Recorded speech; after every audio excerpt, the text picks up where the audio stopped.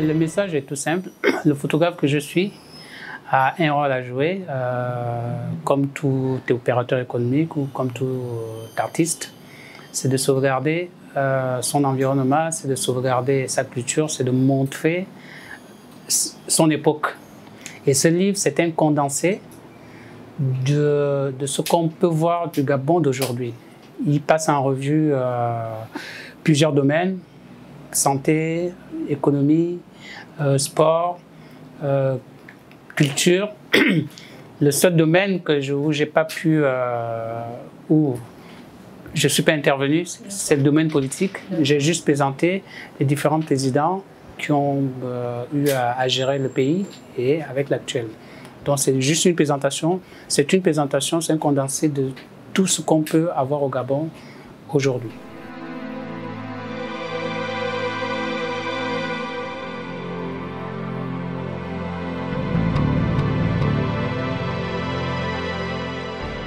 Le photographe de presse est celui qui couvre l'actualité au quotidien, qui raconte son époque au quotidien. C'est-à-dire que le photographe de presse ne va pas demander à un modèle, à un sujet d'aller en studio, parce que ça fausse tout. Le photographe de presse est celui qui prend les choses à l'instant telles qu'elles se présentent, qui n'arrange pas son modèle, qui ne transforme pas la réalité de ce qu'il voit. Vous voyez, c'est plus proche de la photographie documentaire. Sauf que la photographie documentaire et le photojournalisme, c'est que le photojournaliste, lui, il travaille pour l'actualité. Mais le photojournaliste que je suis, par exemple, ce livre, je me suis mis dans la peau du photographe documentaire. Parce que c'est des époques que mon objectif ou mon appareil photo a capté, a su retenir et que l'on peut utiliser aujourd'hui et plus tard. Le photojournaliste, c'est juste le journaliste qui s'exprime avec des images, pour faire simple.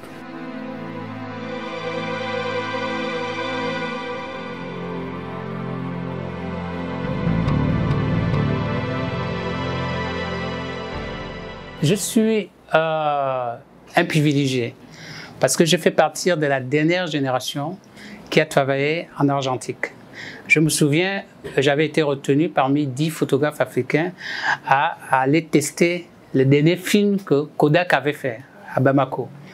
Malheureusement, ce film n'a pas fait longue vie parce qu'après le numérique, l'avènement du numérique est arrivé. Donc, aujourd'hui, beaucoup de choses se sont transformées. Ce qui fait que beaucoup de photographes de ma génération ont dû abandonner parce qu'ils n'ont pas pu prendre le train au moment où il était à quai. Et c'est difficile de prendre le train quand il est déjà en chemin. Donc du coup, il y a un changement au niveau de la façon de faire la photo.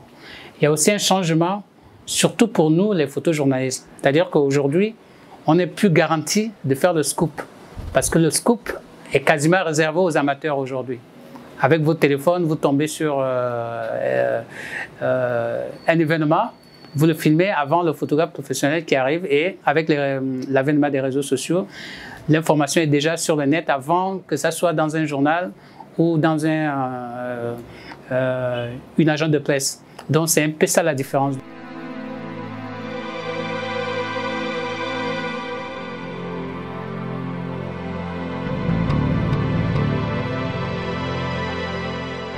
Afrique Image, c'est une agence de photo qui est la première banque d'images d'Afrique centrale parce que, sauf erreur ou oubli de ma part, il n'y a pas une autre qui existe. Et Afrique Image a aujourd'hui près de 50 000 photos, pas du Gabon seulement, parce que nous avons des photographes dans toute la sous-région, Afrique centrale et de l'Ouest. Et nous sommes aujourd'hui, malgré que nous venons à peine de commencer, nous avons 2 partenaires en Europe. Donc la plus grande agence allemande, Imago, et Belgo Image, qui est la première agence belge qui nous distribue au niveau de l'Union européenne. Donc c'est un projet à long terme en fait. Ce n'est pas quelque chose qu'on va dire aujourd'hui qu'on aura tout de suite les flux de nos efforts. c'est un projet à long terme parce que les partenaires ont besoin de voir notre régularité. Par exemple, le site, dès qu'on avait été mis en ligne avec le nouveau site, c'était le 1er février 2019. Entre cette période et aujourd'hui, on a eu près de 4 attaques informatiques. Donc du coup, on est obligé, à un certain moment, de refaire le site pour le renforcer en termes de sécurité. Mais nous, ça nous conforte parce que si ne peut être attaqué que celui qu'on craint. Donc, Afrique Image, je crois, à des beaux jours, même si on n'est pas pressé du résultat tout de suite.